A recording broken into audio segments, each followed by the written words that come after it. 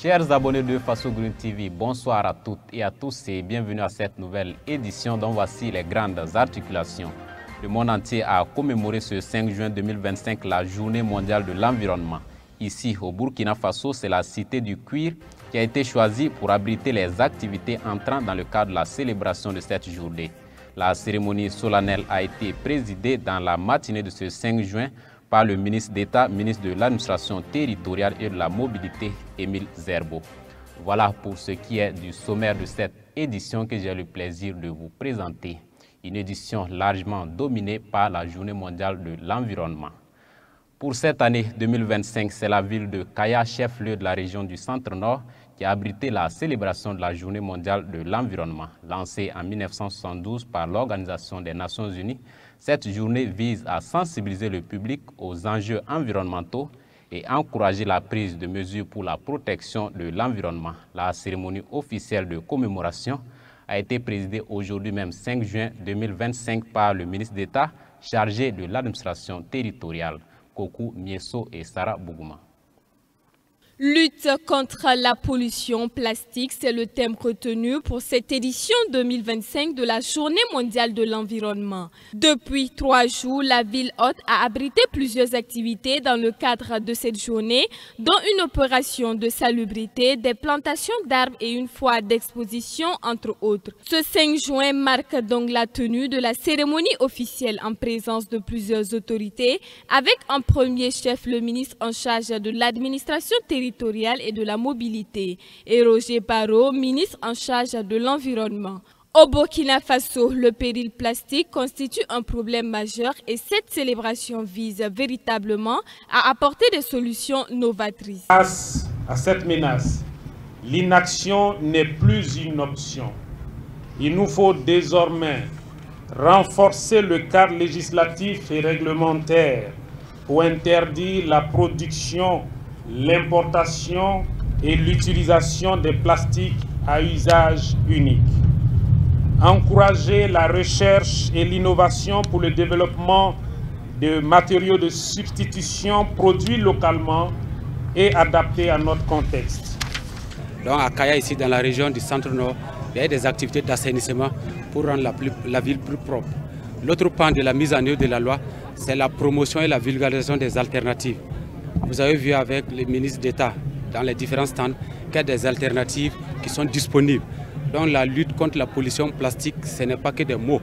Voilà, c'est sur le terrain, par le nettoyage et également la mise à disposition des alternatives aux emballages plastiques.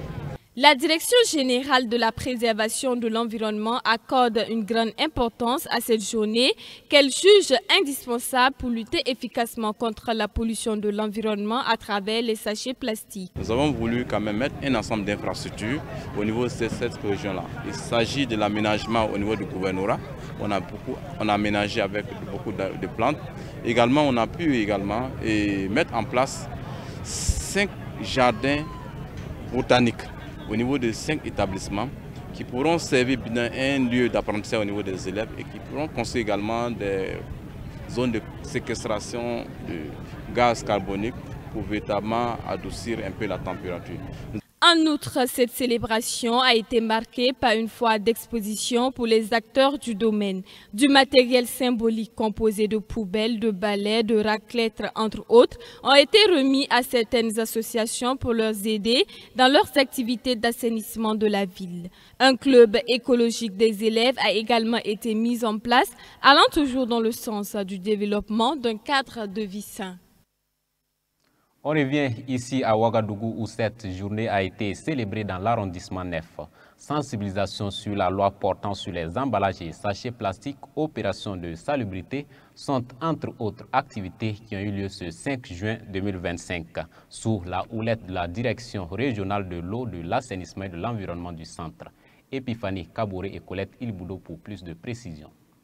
Célébration de la Journée mondiale de l'environnement ce 5 juin 2025. Pour le compte de la région du centre, c'est le marché Nemnabaya de l'arrondissement 9 qui accueille les hostilités sous l'égide du ministère en charge de l'environnement à travers la direction régionale de l'eau, de l'assainissement et de l'environnement du centre. D'abord des discours pour sensibiliser les commerçants sur l'importance de la journée. Ensuite, des séances de sensibilisation sous forme de théâtre-forum, des interactions entre la direction régionale en charge de l'environnement et la population, sur la loi numéro 045 portant sur les emballages et sachets plastiques et l'utilisation d'alternatives.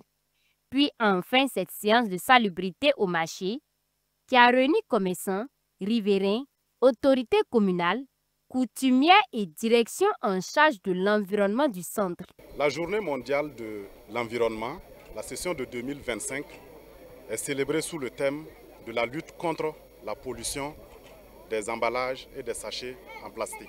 Ce thème va justement en droite ligne avec la nouvelle loi, la loi 045, et qui porte effectivement sur l'interdiction même de ces sachets plastiques-là.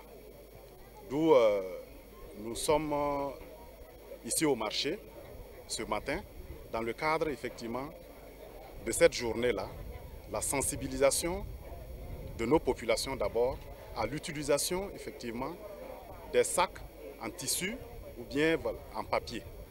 Tous ont donc mis la main à la pâte pour offrir un cadre de vie sain aux commerçants et clients de ce marché de l'arrondissement 9. Occasion une fois de plus pour la présidente de la délégation spéciale du dit arrondissement d'interpeller la population à une prise de conscience pour un environnement plus assaini. La journée mondiale de l'environnement célébrée aujourd'hui à l'arrondissement numéro 9 pour le compte de la région du centre vise vraiment à sensibiliser et à informer les populations pour une prise de conscience collective et individuelle. Parce que c'est ensemble nous allons vraiment travailler pour la restauration et la sauvegarde de notre environnement pour un développement endogène durable prôné par son excellence le capitaine Ibrahim Traoré, président de FASO. Même son de cloche chez les notabilités coutumières et les associations qui font dans l'engagement citoyen. Tous sont conscients des dangers liés à la prolifération des sachets plastiques. Par conséquent, ils ont pris l'engagement de continuer la bataille contre ces plastiques.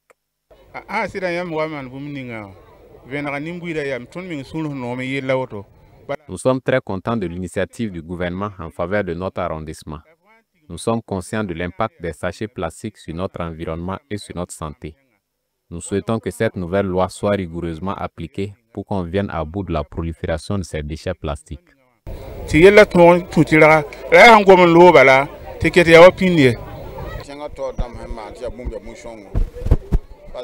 Cette nouvelle loi sur les emballages et sachets en plastique au Burkina Faso arrive vraiment à point nommé. C'est pour le bien de nos terres cultivables, notre environnement et notre santé.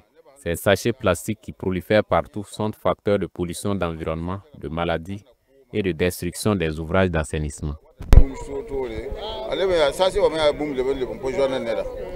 La sensibilisation sur la loi numéro 045 sur les emballages et sachets plastiques s'est justement poursuivie dans des supermarchés, boutiques, les boulangeries et les pharmacies. Toujours dans la même veine de la journée mondiale de l'environnement, nous sommes allés à la rencontre du président de l'Association professionnelle des environnementalistes de l'État, une association qui regroupe des cadres du ministère en charge de l'environnement et elle œuvre dans l'accompagnement des communautés à travers des activités de sensibilisation, de formation et l'accompagnement pour les projets verts. Pour cette journée mondiale de l'environnement, Ousmane Tchombiano s'est largement prononcé sur le thème de la journée qui est lutte contre la pollution plastique. Donc il y a les plastiques qu'on appelle les polypropylènes qui sont utilisés pour la fabrication des sachets d'eau préemballés. Il y a les polystyrènes qui sont utilisés pour fabriquer les sièges et les claviers d'ordinateur. Il y a les polyéthylènes qu'on appelle les PET, utilisés pour fabriquer les bouteilles d'eau. Et les polychlorures de vinyle PVC, généralement que les gens appellent, pour fabriquer les conduits d'eau, les tuyauteries. Et la prolifération des déchets plastiques est favorisée par plusieurs causes. D'abord, il y a une absence de dispositifs adéquats de traitement des déchets plastiques. Il y a l'insuffisance dans la politique de gestion des matières plastiques. Et ce pan est peu à peu en train d'être pris en compte parce qu'à travers le ministère de l'Environnement, il y a l'adoption d'une nouvelle loi pour vraiment mettre l'accent sur cette pollution. Il y a d'abord la consommation aussi massive des sachets plastiques avec une culture d'habitude de consommation. Les petits achats, à chaque achat, on distribue les plastiques dans les boutiques, dans les commerces, gratuitement. Voilà. Donc, il y a aussi la mauvaise gestion de ces sachets-là. Le fait de finir son sachet d'eau dans la rue, et bon, d'aucuns plein y jettent sur les voies publiques. Et les conséquences sont à plusieurs niveaux. Il y a les conséquences sanitaires, il y a les conséquences sur la végétation, il y a les conséquences sur le cadre de vie, l'élevage et puis le sol. D'abord, côté santé, les emballages plastiques sont souvent entassés et brûlés dans les dépôts sauvages. Ça libère des gaz qui sont nocifs dans l'atmosphère. Et ces gaz, une fois inhalés, peuvent être toxiques pour l'homme. Ça entraîne notamment des irritations des yeux, des maladies pulmonaires, et des attaques même du système nerveux. Et également, ça peut aussi entraîner souvent certains cancers à longue durée. Donc, il y a les conséquences sur la végétation, avec l'incinération qui intoxique les plantes et qui concentre certains polluants dans la chaîne alimentaire et qui crée aussi, qui entraîne à long terme aussi dans l'atmosphère la production des pluies acides qui peuvent aussi avoir des conséquences sur la végétation. Et pour venir à bout de cette prolifération de déchets plastiques, le président de l'Association professionnelle des environnementalistes de l'État donne quelques pistes de solutions avec des perspectives de l'association. Nous l'écoutons à nouveau. Les solutions peuvent aussi être à plusieurs niveaux. Voilà. Et la première des solutions, c'est d'abord la sensibilisation. Voilà. Il faut sensibiliser les populations à tous les niveaux. Voilà. Et cette sensibilisation peut s'appuyer sur l'éducation environnementale, voilà, qui est l'ensemble des actions de sensibilisation, de formation et d'information du public en vue d'adopter des comportements éco-citoyens. Le deuxième niveau, c'est vraiment de travailler à la valorisation de ces déchets plastiques. Et cette valorisation peut passer autour du recyclage. Nous voyons que beaucoup peuvent utiliser le plastique pour en fabriquer des panneaux de signalisation. Il y a des tables bancs que les gens en fabriquent. Il y a même des vestes, voilà, des paniers qu'on prend en charge à travers le recyclage. Il y a également la récupération. On peut récupérer les bidons pour en utiliser à d'autres fins. L'une de notre activité phare, c'est de créer vraiment un quartier écologique.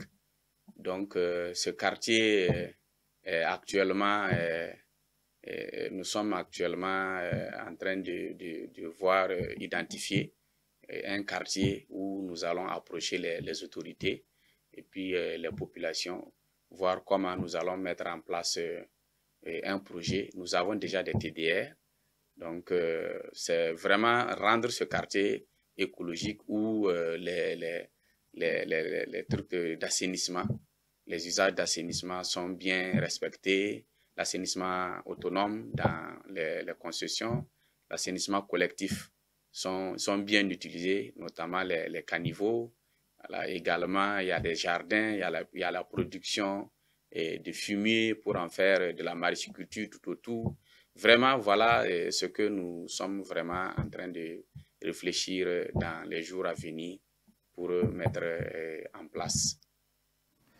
Après une première édition réussie en 2022, la Coordination nationale des jeunes pour l'environnement et le climat CONAGEC a jugé nécessaire de lancer la deuxième édition du concours Slam pour le climat. Et il a connu son apothéose ce 4 juin 2025 avec le sacre de Graski qui est réparti avec la somme de 200 000 francs. Colette Ilboudo nous en dit plus. Pour cette deuxième édition du concours Slam pour le climat, c'est la candidate Graski qui a su séduire le jury avec ses verbes. Elle est ainsi sacrée lauréate avec une note de 16,70 sur 20. Ce concours initié par la Coordination nationale des jeunes pour l'environnement et le climat CONAGEC s'inscrit dans le cadre de son vaste programme dénommé Activistes africains pour la justice climatique et également de la célébration de son 10e anniversaire.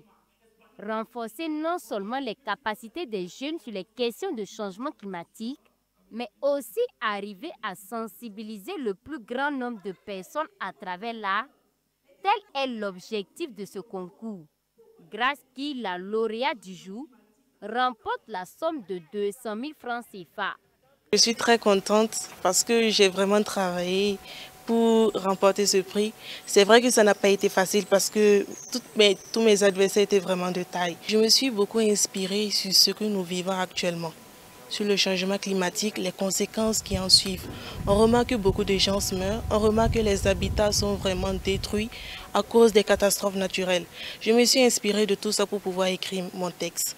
Et c'est plus un message de sensibilisation et un appel à la jeunesse de se lever parce que nous sommes le lendemain, nous sommes le demain du pays. 5 critères de notation ont ainsi permis au jury de départager les 10 candidats finalistes sur 87 au départ, des critères basés notamment sur le respect du thème, la pertinence et la qualité du texte.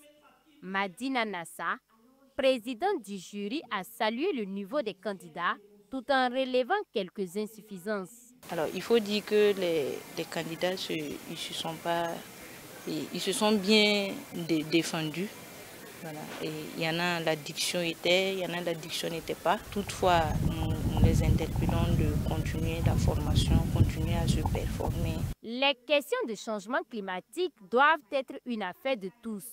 Et selon le coordonnateur national de la CONAGEC, cette sensibilisation à travers le slam permettra d'atteindre le maximum de personnes, surtout les jeunes, dans cette lutte contre les effets néfastes du changement climatique. C'est notre manière innovante de pouvoir soigner les mots par les mots à travers l'art.